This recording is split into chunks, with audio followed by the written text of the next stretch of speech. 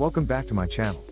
For those viewers visiting for the first time, I've published other videos about accessibility tools for Power BI, such as keyboard shortcuts tools for checking reports for people with eye impediments, and screen readers. I use my eyes to manipulate my computer, to create Power BI reports, or assess reports to check if they comply with accessibility standards. If you like the videos, please subscribe to the channel, and don't forget to give a thumbs up to the video. In this video, I will explain 3 keyboard shortcuts based on the Microsoft documentation.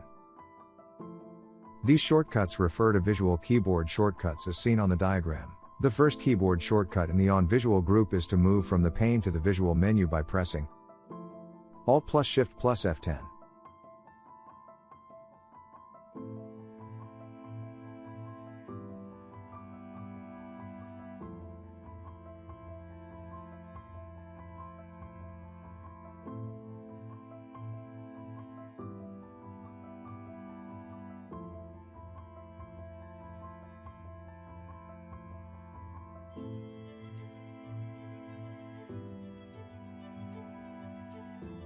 The next keyboard shortcut is to display the visual data by pressing Alt, Shift, and F11.